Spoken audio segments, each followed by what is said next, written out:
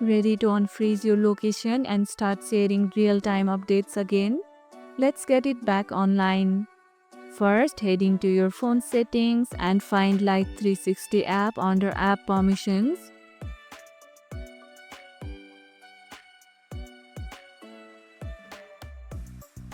Make sure location access is switched back to always allow. If you had turned off your mobile data or Wi-Fi, reconnect to a network, then open Life360 app and it should start updating your location automatically. Give it a few seconds to refresh.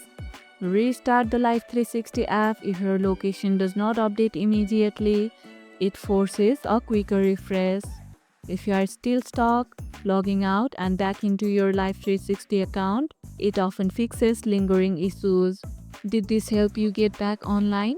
Let me know in the comments below.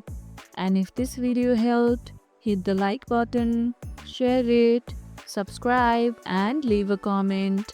Thanks for watching and I'll see you in the next one.